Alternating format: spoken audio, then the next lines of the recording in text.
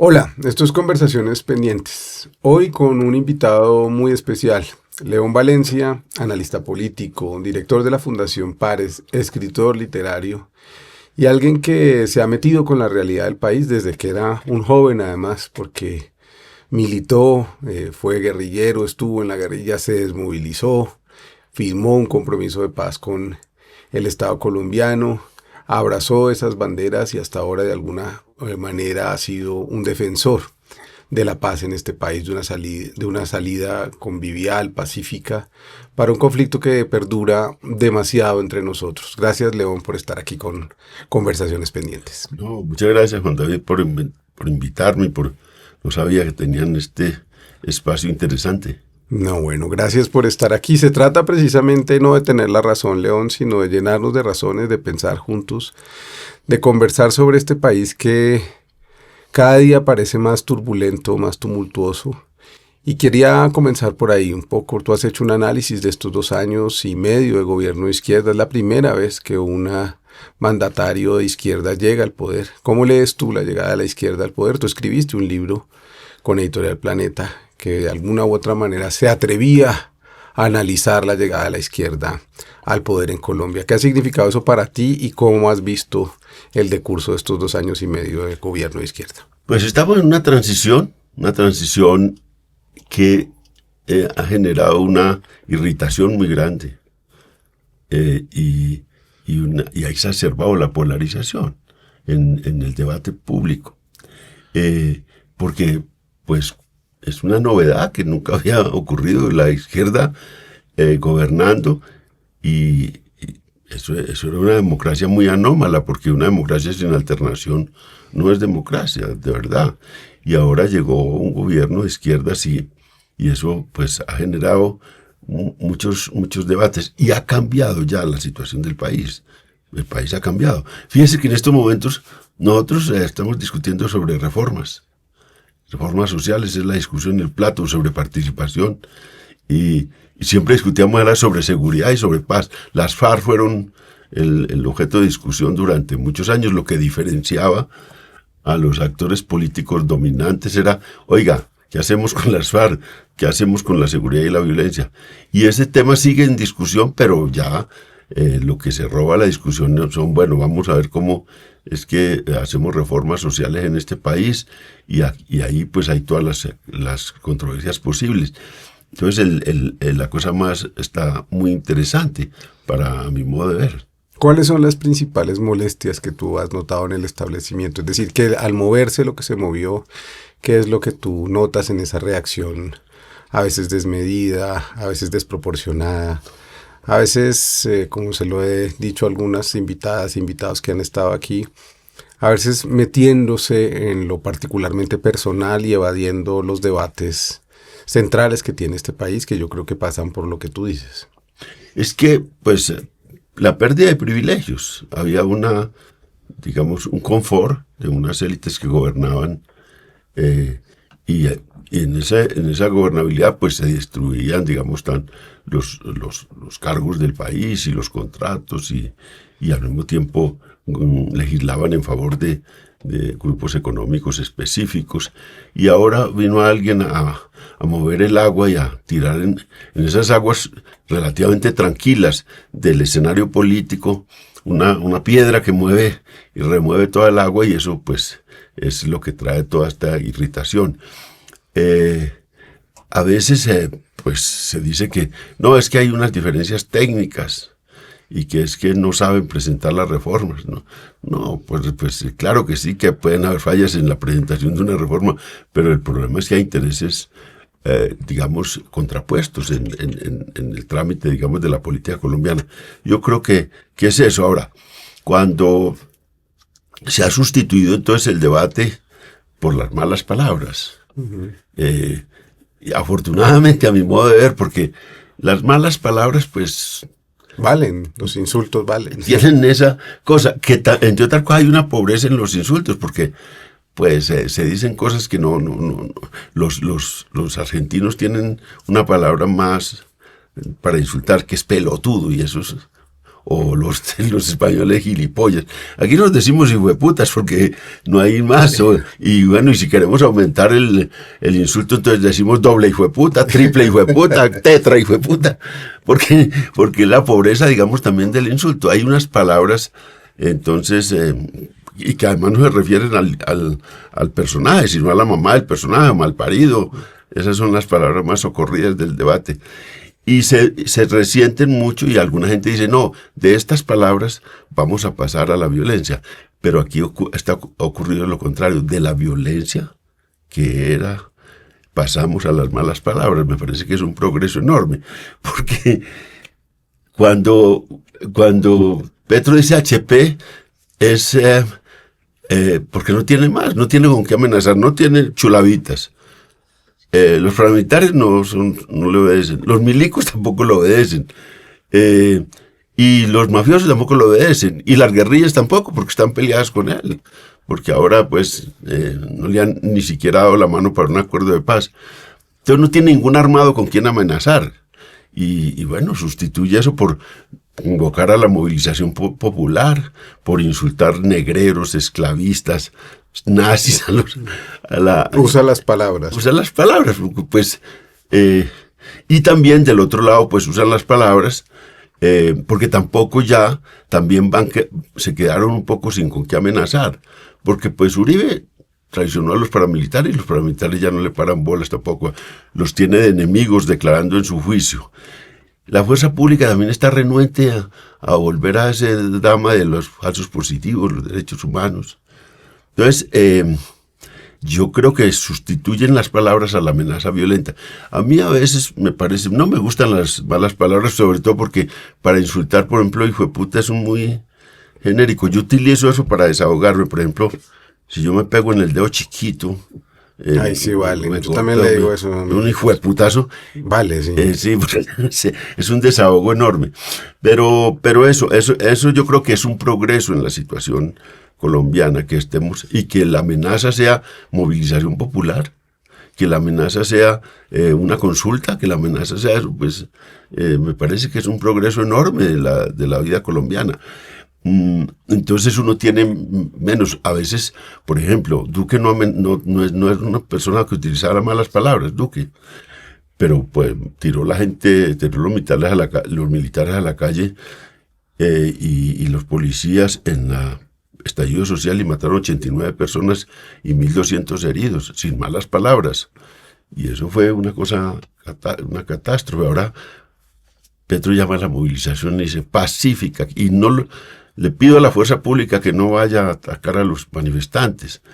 Entonces todas esas cosas hacen cambios que no, pues son cambios iniciales del ambiente colombiano, pero son cambios importantes del ambiente colombiano. Pues. Quizás entonces valga hacer un poco de memoria. Tú mencionas a los chulavitas. Tú eres hijo de una generación que le tocó padecer la violencia más brutal y cruenta en tu mismo pueblo, en Antioquia. Hubo una violencia desgarradora y descarnada. ¿Qué piensas tú de la continuidad histórica de esos factores de violencia que aún perviven entre nosotros? Es decir, ¿hay una continuidad de esa violencia o ha tenido diversas etapas? Esa primera violencia, después una violencia narcotraficante, paramilitar, corrupta, después una violencia más del Estado. En fin, ¿cómo lees tú esas continuidades de la violencia pensando en tu propia historia, en lo que tú has vivido en estas 7 décadas, porque además estás de cumpleaños, muy pronto vas a cumplir 70 años pensando, analizando, escribiendo sobre este país? Yo creo que, digamos, la violencia tiene unos cambios muy grandes. Lo de liberales y conservadores fue otra cosa, digamos. Y eso hicieron un acuerdo y se pusieron, que fue una cosa fabulosa. Nosotros lo criticábamos mucho y al acuerdo del Frente Nacional, siempre porque cerró las puertas a la izquierda, tenía ese defecto, pero fue un buen acuerdo porque, digamos, sacó la violencia liberal conservadora. Lo hicieron cuando se pusieron de acuerdo para sacar al general Rojas Pinilla, y eso fue lo que los motivó. Los dos las dos partes, los liberales y conservadores, tenían motivos para hacer el acuerdo, porque era, oye, excluir a un tercero. Excluir a un tercero, este nos va a quedar. Pero eso fue muy distinto, y no menor. Digamos, la violencia liberal conservadora, de la cual ahora no se habla nunca, fue una cosa impresionante. Es que, y esa violencia se hizo con buenas palabras, porque mire que el calificativo para atacar era liberal, que liberal es una palabra bellísima en el mundo. Además, era más o menos, en los púlpitos se hablaba de los liberales, ateos, además, una gente que era como, se decían palabras bonitas para atacarlo a los liberales, porque a un partido, digamos. Y eso pues pasó, eso dejó un acuerdo que duró mucho tiempo, pero que excluyó a un tercero, como decía, a las demás fuerzas, y que luego también se levantaron para enfrentarse. Y lo hicieron con métodos que copiaban del pasado, y con una ferocidad también enorme. Eso yo creo que es lo que nos tiene ahora, nos trajo hasta aquí. Pero fíjese, ya hablamos de dos grandes violencias: la violencia de enfrentamiento entre liberales y conservadores, y la violencia entre la guerrilla y el Estado y las élites políticas colombianas. Pero ahora estamos prácticamente en un corte también ya, hacia unas violencias distintas. Volvimos a que era un enfrentamiento que está ahora en las fronteras, en lo profundo, y es un enfrentamiento fundamentalmente entre grupos ilegales, por la disputa del territorio, la control de la población y de las rentas. Eso tiene que ver con el modelo de desarrollo que también se impuso en Colombia, ¿no? Es distinto, eso nos demoraremos para aceptar que hay un cambio radical de las violencias, que son otras, ya en este momento. Así incluso los actores tengan el mismo nombre. Por ejemplo, el ELN es la continuidad de una guerrilla, pero ahora esa guerrilla cambió de objetivo, dice, estamos resistiendo, no vamos a tomarnos el poder, esa no es la pretensión nuestra. Y eso es muy extraño en una guerrilla. Entonces ahora, en el Catatumbo, se lanzaron contra el Catatumbo, y no hubo muertos en la fuerza pública, no atacaron a la fuerza pública. Los muertos son el otro grupo, firmantes, ¿no? Frente 33 de las FARC, y los firmantes y los líderes sociales, y eso es muy extraño en una confrontación en la cual ya pues no es el Estado el enemigo, sino el otro actor ilegal. Entonces hay un cambio también de esas violencias, y ahora tendríamos tres violencias: una violencia de liberales y conservadores en estos últimos 70 años, una violencia entre guerrillas y Estado, y una violencia entre actores ilegales, muy del estilo mafioso, pues porque también las mafias, los gángsters y las mafias de Chicago y Estados Unidos, y las mafias italianas, la confrontación principal eran con los otros, con las bandas rivales. ¿Y eso no te parece que se tomó como estilo la política colombiana? Tú lo has analizado desde los años 90, has hecho grandes estudios, midiendo votaciones, midiendo regiones, buscando nuevos clanes emergentes de dominio electoral. ¿Qué es lo que pasa desde mediados de los 90 que transforma, si se quiere, esa violencia? Yo creo que tiene que ver, digamos, 30 años después, que ver con lo que está pasando hoy, ¿no? Sí, yo que digo es que, sobre todo el estudio de la parapolítica, lo que me mostró a mí fue que los mafiosos adquirieron un espíritu político, pero los políticos adquirieron un espíritu mafioso, y ahí se encuentran. Y es muy triste, yo creo que tiene atrapada a la sociedad en eso. Cuando el espíritu mafioso, que es todo una especie de formas culturales, y tiene toda una cosa, digamos, que es mítica, porque pues hay una serie de acuerdos en ese espíritu mafioso, y por eso tiene también su sentido. No son delincuentes comunes y corrientes, sino que eso tiene una cosa. Al Capone, por ejemplo, es como un mito, digamos, como lo fue Pablo Escobar. Pero ahora que estamos en este juicio a Álvaro Uribe, yo estaba reunido con una gente acá de Bogotá, gente que ha estado en la política y gente de la élite bogotana, una vez en un almuerzo que le estaban celebrando cumpleaños a alguien. Y entonces se preguntaban, estaba empezando el gobierno Petro. Entonces decían, muy extraño, ¿por qué Uribe se reúne con Petro? Y esa enemistad entre Santos y Uribe, ¿y por qué no se reúne con Uribe y con Petro sí? Entonces yo decía, hombre, después de, cada uno decía, pues, cosas políticas y seguramente tenían sentido. Yo le dije, pero eso tiene mucho que ver con el espíritu mafioso. Es que el espíritu mafioso no, lo que más odia es la traición. Claro. Entonces, para Uribe, Santos es un traidor. En cambio, Petro es un enemigo. Claro. Petro es un rival. Entonces dice, prefiere al enemigo que al traidor. Y eso tiene que ver con esas cosas. Se rieron ellos y pues, claro, la mayoría se rió que eso no, pero tenía sentido, digamos, tiene sentido que en Colombia es eso, y también digamos, toda la política, como tiene ese ingrediente de traición, de lealtad, que uno en cada episodio se acuerda, y eso sí genera una distancia muy, muy, muy grande, y eso erosiona más las relaciones políticas.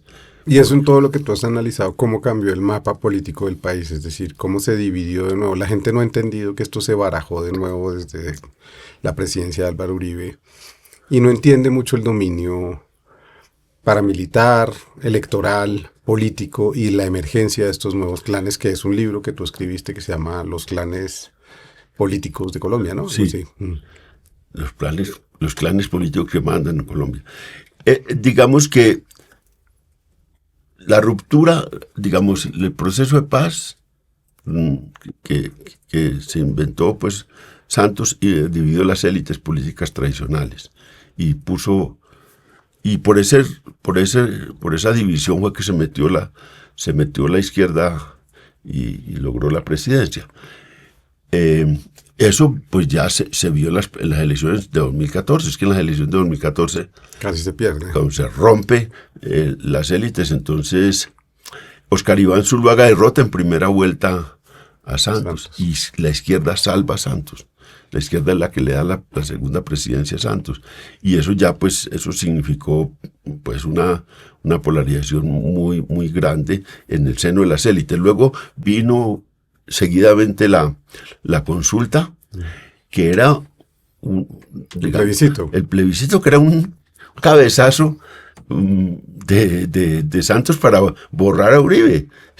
Aquí lo acabo, este es el puntillazo final, y no pudo porque realmente ahí había una habilidad también muy grande para seguir insistiendo en las FARC como enemigo y como lo peor, y lograron saltar ese momento ganando el plebiscito por pocos votos, pero ganándolo.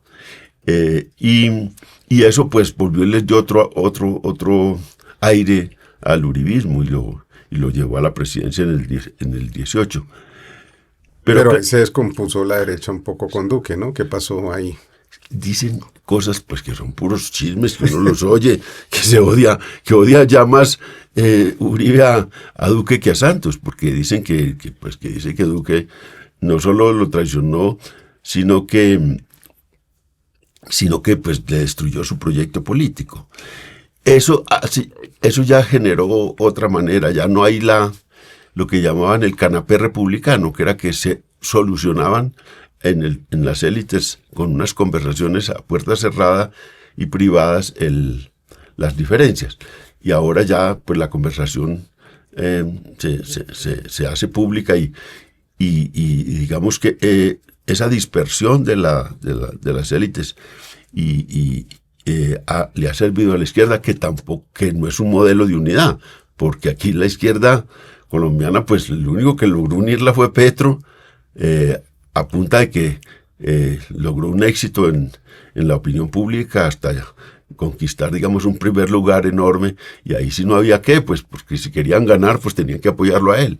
Y yo creo que esa es como la realidad que vivimos, para bien del país, creo yo, porque la gente dice, hombre, es que estamos muy divididos. Y yo pienso, oiga, puede ser que esto sea mejor que cuando estaban tan unidos, ¿no? Porque antes no había digamos, unas élites empresariales y políticas muy unidas. Entonces ahora ellas se dividieron. Entonces, pues ya hay mal de muchos, porque uno dice, bueno, también nosotros, las izquierdas se dividen, pero ya los otros están también en la misma manera. Cuando yo iba a reuniones empresariales, siempre me decían, no, es que estamos muy preocupados, León. Y pero yo le dije, pues bienvenidos, porque antes los únicos preocupados éramos nosotros. Ahora ustedes también están preocupados, están bienvenidos a la preocupación. Entonces, yo creo que esas cosas son las realidades de este país, que está en una transición muy traumática. Porque es que era digamos, la estabilidad política en medio de la violencia era muy extraño. Una guerra larga. Con estabilidad. Con estabilidad electoral, y esto era extraño, porque uno cuando va a comparar otros países dice, oye, ¿y esto qué es? Ahora los chilenos, me ponía yo a hablar en diciembre estaba con una reunión, una charla, era una comida con Bachelet en Santiago, y con ellos decían, oiga, ¿y ustedes, cómo hicieron para estar en una violencia tan larga y en una estabilidad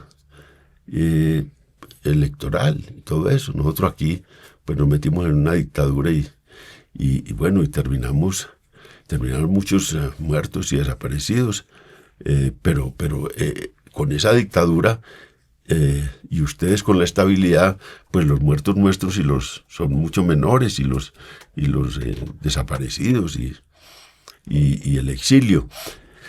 Y eso era lo anómalo de Colombia. Ahora pues yo creo que estamos en un nivel de inestabilidad política, pues un poco, creo yo, venturoso para el país. De esto uno espera que se genere un nuevo mapa político, que sea la alternación, izquierdas, derechas, que se tranquilice el ambiente, que se disminuya la polarización y la conversación, digamos, logre un poco aquietar las malas palabras y volver a un debate conceptual y un debate de ideas. Pero vamos para allá, segundo, pero tú también escribiste un libro que se llama Plomo es lo que viene, que es tu libro que está circulando actualmente, el de más reciente publicación, porque vas a publicar una novela en el mes de julio.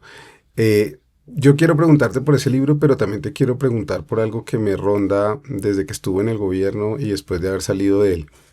Y es, ¿cuál sería entonces la manera de hacer una política distinta en un país que parece cooptado absolutamente ya en sus estructuras internas? Ya no estamos hablando de los partidos, de los enfrentamientos entre las élites y las izquierdas, sino que por dentro hay un mecanismo que funciona electoralmente, unas personas que saltan de un bando a otro sin ningún problema porque son operadores de este sistema electoral. ¿Es posible realmente empujar una transición con ese sistema tan cooptado por la corrupción, el rentismo y todos esos negocios que se han instalado en Colombia?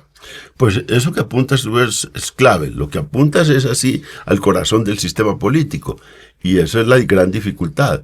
Nosotros hemos documentado 55 clanes políticos. Los clanes políticos, la palabra clan es una cosa de origen medieval, allá sueca o de ese lado que es un agrupamiento político que basa en lazos familiares, buena parte, y en operadores políticos, tal como los describes. Esos son los que mandan. Exacto. Son los que mandan. Pueden vestirse de conservadores ahora, o de liberales, o de Cambio Radical, o de cualquier partido político, y de hecho cambian con facilidad, digamos, el aval político. esos clanes, digamos, por eso es tan difícil el cambio en el plano regional. Incluso en las grandes ciudades a veces se da la fuga de que gana porque hay voto de opinión, porque los clanes tienen menos poder en un conglomerado, digamos, heterodoxo electoral amplio. A veces ganan en Bogotá o en Cali o en fin, o en Barranquilla, pero de todas maneras sigue eso en manos de esos agrupamientos. Tanto que hoy en día, pues tenemos un presidente de izquierdas, pero resulta que los 32 departamentos son de derechas. De los 32 departamentos de los clanes políticos están, por lo menos 30 o 29, 30, están en manos de los clanes políticos tradicionales. Ahí no se mueve mucho la política. Y ellos cuando ven, incluso que de pronto se está moviendo nacionalmente y que hay posibilidades de que abajo empiece a removerse también el escenario político, ellos retroceden, se van a las regiones y se atrincheran.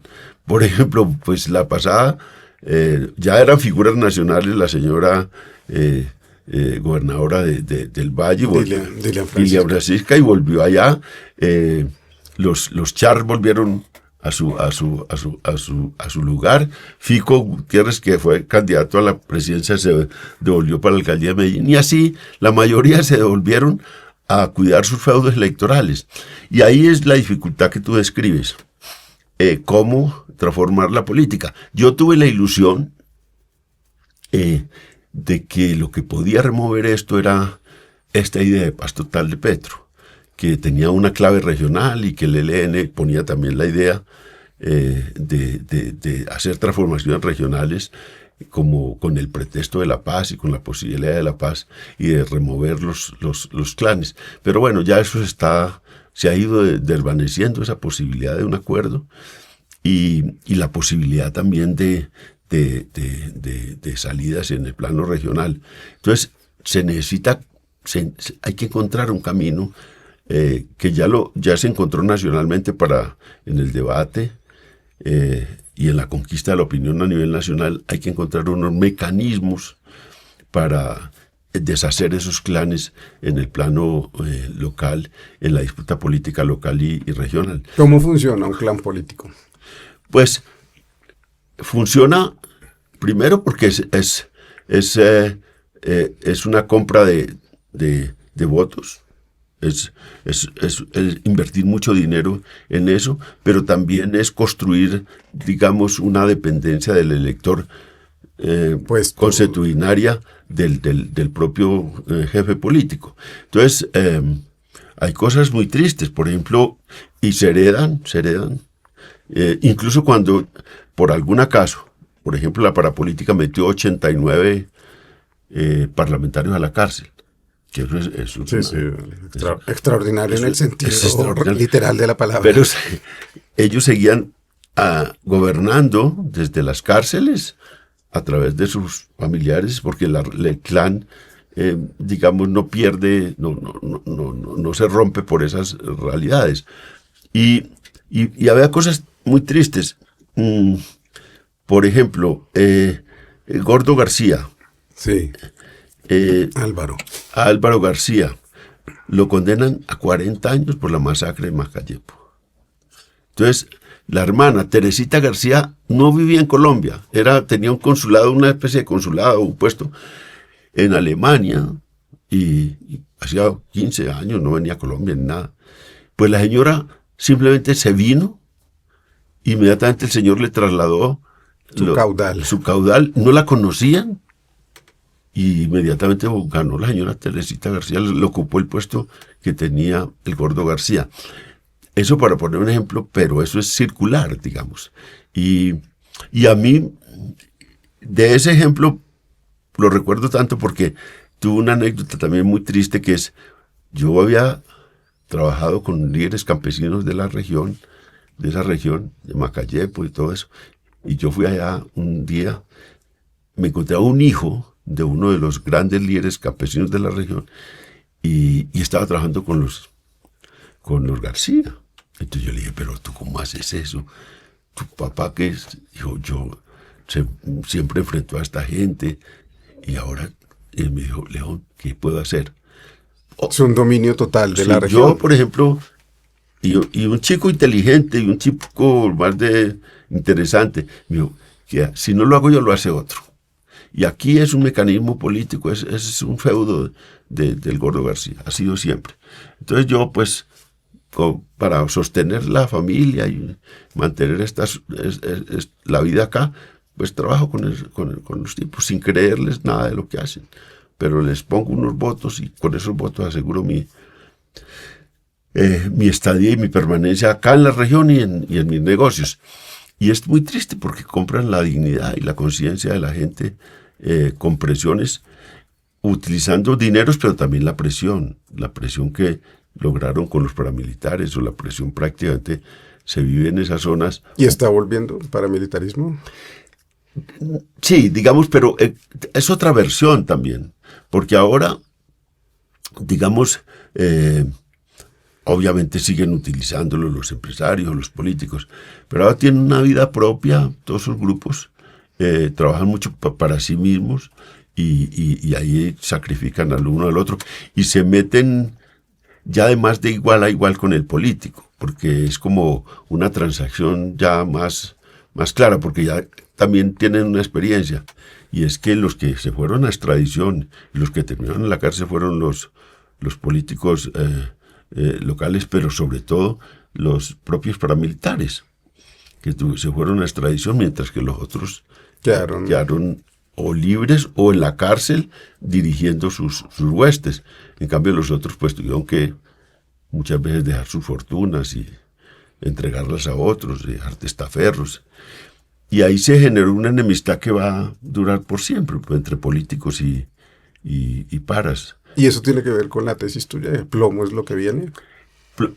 Pues yo iba a poner, digamos, yo llevé el libro entonces ahí había ese título, había esa expresión dentro del libro y les gustó a los de Penguin.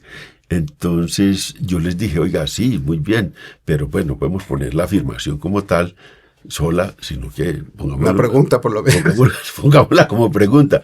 Pero me dijo alguien que compró el libro, me dijo, pues sí, está muy bien como pregunta, pero los interrogantes no se ven es plomo lo que viene. Pero eso lo hicimos nosotros, el libro lo terminamos nosotros hacia agosto del año pasado, mientras empezó el proceso de edición, y pintamos muchas zonas como venía la situación, y resulta que ya está el libro en librerías y aparece lo de Catatumbo, y eso como que le dio pues mucha consistencia a lo que se traía ahí. No es ninguna cosa, digamos, no es que el proceso que viene, eso lo demostramos, haya propiciado, digamos, estas violencias. El proceso de paz, como se le acusa. Lo que mostramos es que con proceso de paz hay eso, y sin proceso hay eso y más, digamos, y eso lo vimos en el gobierno de Duque. En el gobierno de Duque creció a una y sí logró su cometido, digamos, sí. Hacer trizas la paz sí fue un proyecto. Y a una proporción más grande que son los grupos, que lo que están creciendo ahora o que la capacidad que tienen ahora.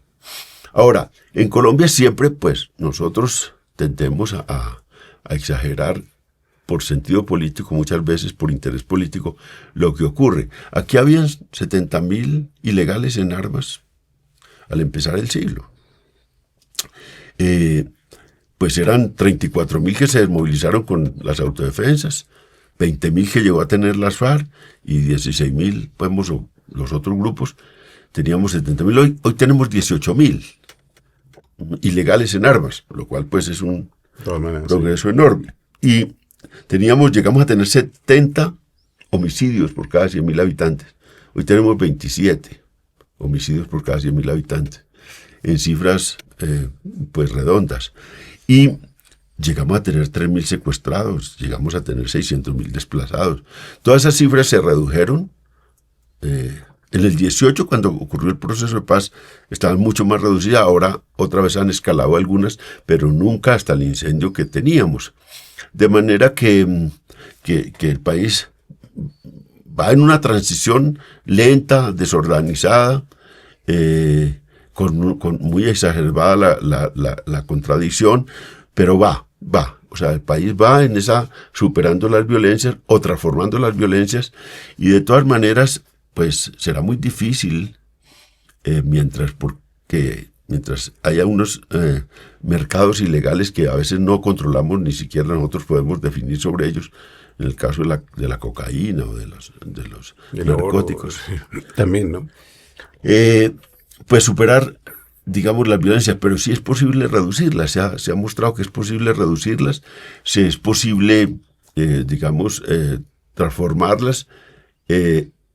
Y el tema del crimen organizado y la mafia sí es un tema que ya se salió de nuestras manos también, porque ahora es América Latina. Uno ve el gran problema de América Latina. Es transnacional. Es un problema transnacional.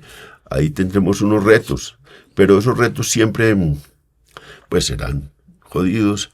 Ahora, la violencia tiene ese sentido que es muy, digamos, genera mucha incertidumbre, y normalmente uno tiende, al que le ocurren los hechos, pues tiende a tener una percepción muy dura de lo que está ocurriendo. Por ejemplo, como se ha multiplicado la extorsión, y eso toca a todo el mundo. Entonces, hoy en día en muchos sectores hay una percepción de que estamos peor, porque la extorsión lo toca directamente, y lo toca en los barrios, en todas partes. Y para volver al tema, digamos, de los clanes y del futuro posible, en todo caso, para quienes seguimos teniendo esperanza y no nos vamos a dar por vencidos, ¿qué imaginas tú entonces que tiene que hacer la izquierda hoy como una posible línea de fuga, alternativa? ¿Qué debería hacer para no perder el control del todo de lo que se viene? Yo creo que hay una lógica que fue la que yo encontré en un libro de un investigador norteamericano, que era que cuando empecé a hacer el libro de la parapolítica, cuando se anuncian cambios en el centro del sistema político, cambios democráticos, transiciones, en la periferia del sistema político se genera una resistencia y una organización para tratar de detener esos cambios y para tratar de anular, digamos, esta experiencia democrática. Yo creo que es lo que ha pasado. Y ahí tiene mucho que ver la capacidad para volcarse sobre las regiones y romper, digamos, la tradición de un Estado centralista, y romper la idea de que las regiones a veces, incluso más importante que una presidencia a veces, es romper un monopolio regional. Nosotros tenemos de todas maneras unas ventajas ahora, tiene la izquierda,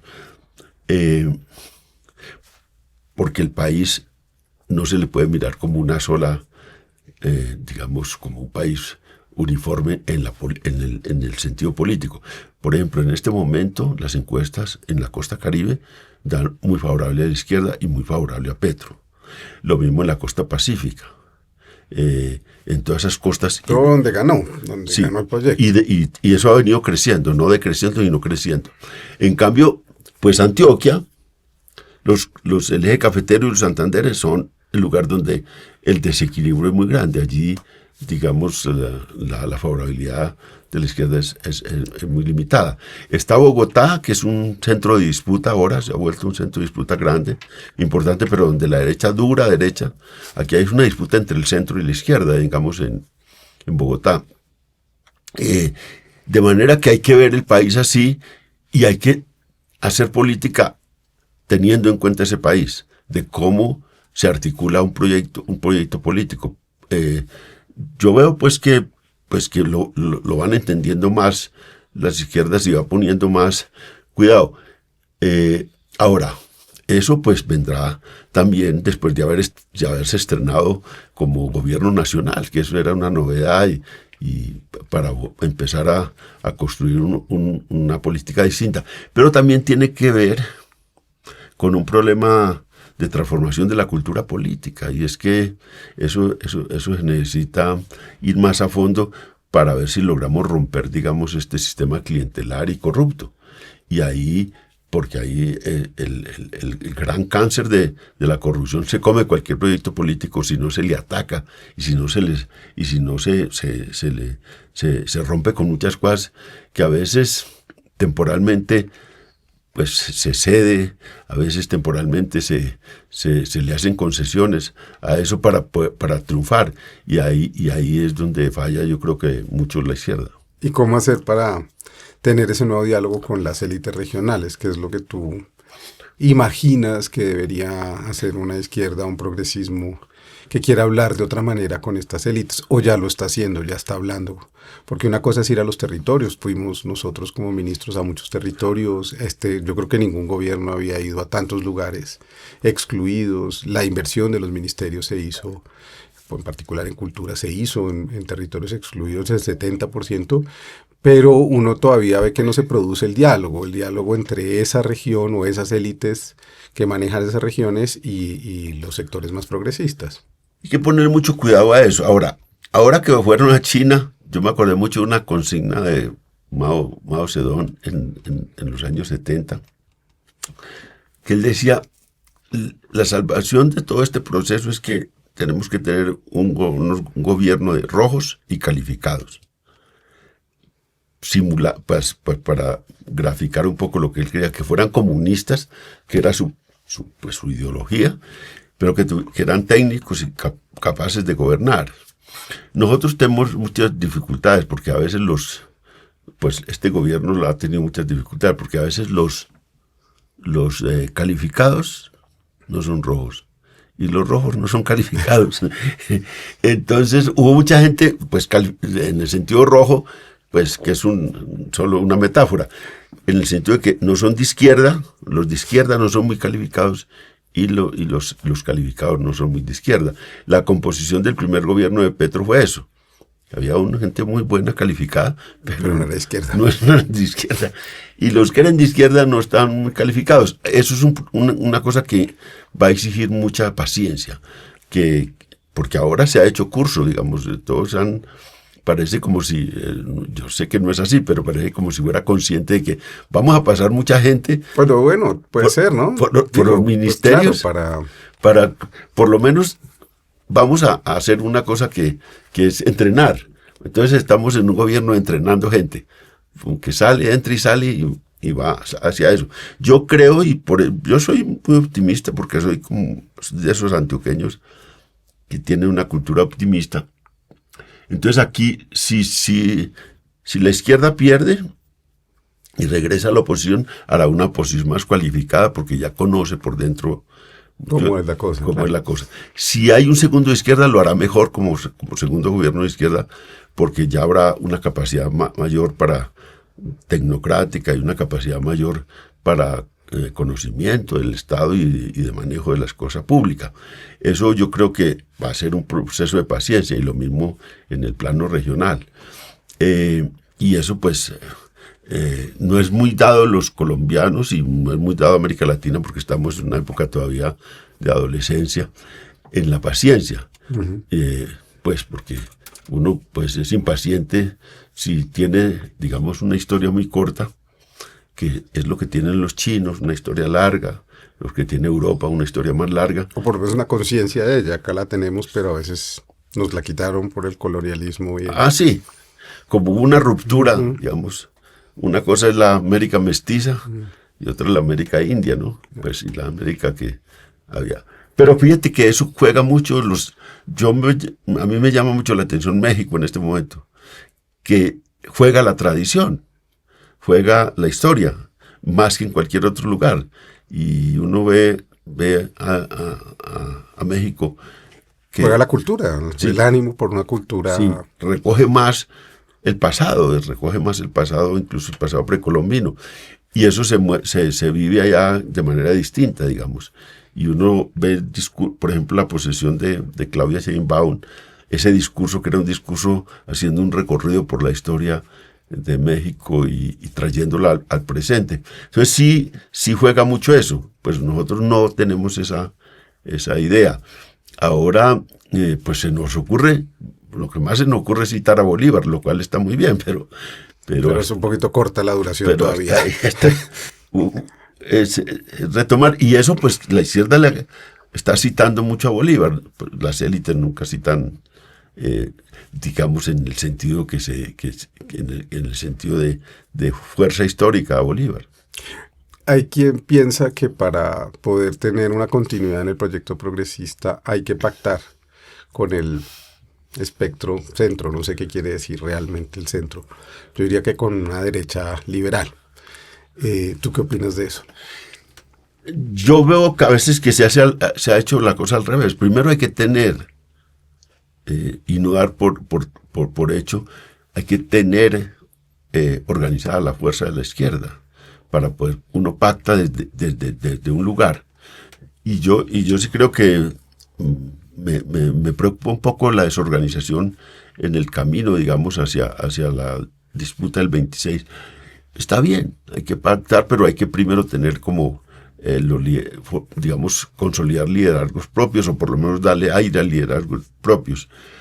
Eso me preocupa. Pero sí, porque lo que hizo Petro fue descubrir en el 2018 que sola la izquierda no ganaba. Y por eso el 2022 se metió en una alianza complicada, pero que dio el triunfo.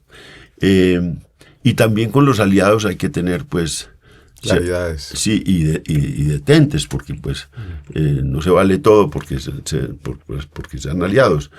Entonces, esas preocupaciones son las que hay que tener.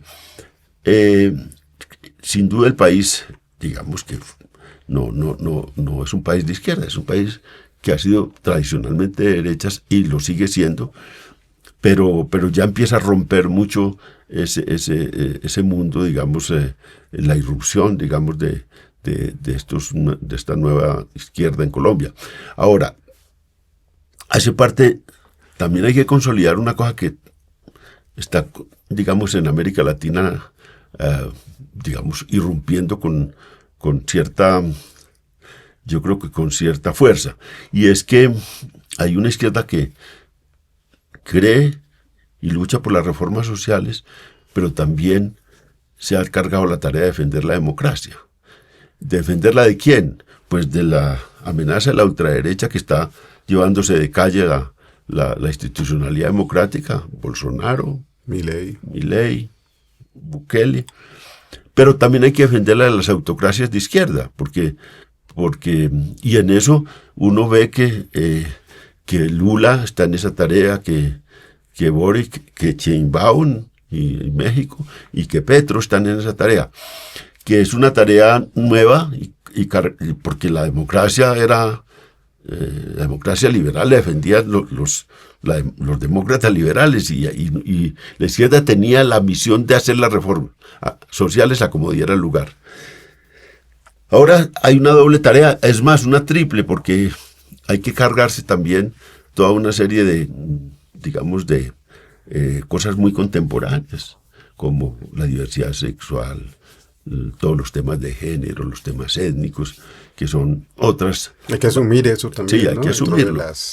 Y ese ya es un universo mucho más amplio para una izquierda que le toca, y en eso pues se ayudan mucho. Esta compañía estas fotos que están apareciendo, la que apareció en Río, donde estaban Boris, Sheinbaum, Lula y Petro, o la que fueron a China, pues que faltó Sheinbaum, buscando otro camino. Entonces tenemos que meternos en esa corriente y ayudarnos y recostarnos en ellos para no perder el foco, digamos, de que lo que nos toca ahora es, a la vez que hacemos reformas sociales, proteger las instituciones democráticas, y eso es un tema duro porque nos enfrenta mucho a sectores de izquierda que están en otro camino. Para terminar esta conversación, agradeciéndote además la lucidez de los análisis, quiero un viaje a la semilla. Esas desconfianzas de la izquierda que tú viviste primero como un estudiante, después como alguien que decidió abrazar la lucha armada, después como alguien que se desmovilizó. ¿Tú cómo ves esas desconfianzas históricas de la izquierda? ¿Cómo lees y si siguen actuando en este presente, todavía siguen permanentes? Sí, siguen. Lo que pasa es que el éxito tiene, digamos, la ventaja de que arrastra. Entonces, mientras la izquierda va hacia arriba, digamos, va aboliendo las diferencias, o por lo menos las va subordinando las diferencias. La derrota es muy jodida, porque la derrota vuelve Activa eso. activa las contradicciones y todo eso, y los fracasos. Pero yo creo que esto se cambió, porque ya hay menos, pues, estos triunfos le han enseñado a la gente que la importancia de tener, de ganar, de tener poder para hacer transformaciones. Y creo que eso va a operar. Ahora yo veo hacia el 26 que es posible que haya una dispersión en la parte parlamentaria, digamos.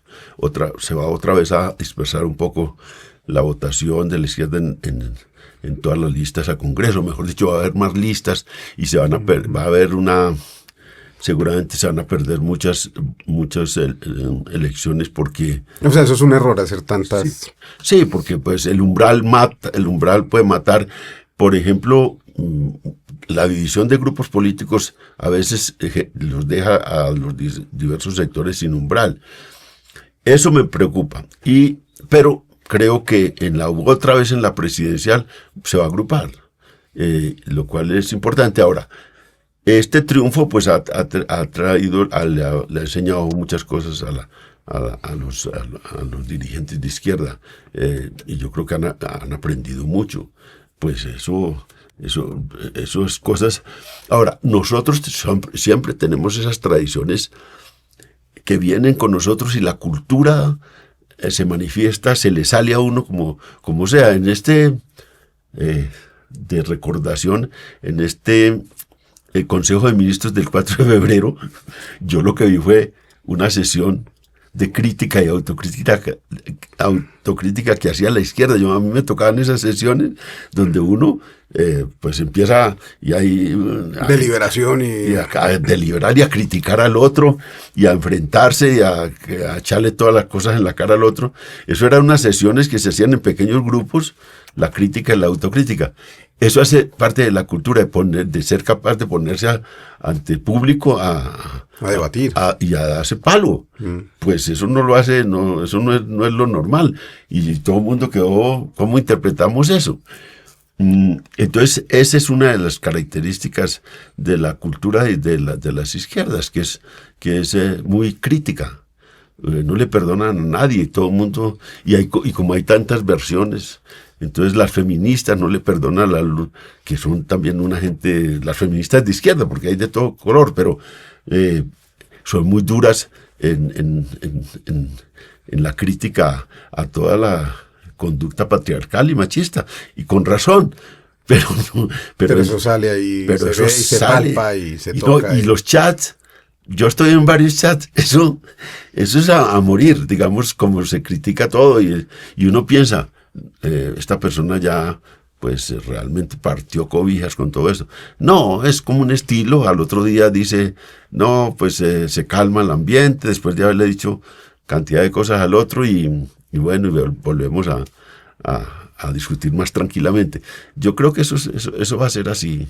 Es de nuestra cultura, la crítica, lo cual yo creo que es bueno. Maravilloso que haya un país crítico, un país con voces como las de León Valencia y como las de tantas y tantos intelectuales, escritores, gente que está pensando que esta transformación vale la pena, aunque sea difícil. León, gracias por estar aquí en Conversaciones Pendientes. No, con mucho gusto. Gracias a ti por la invitación.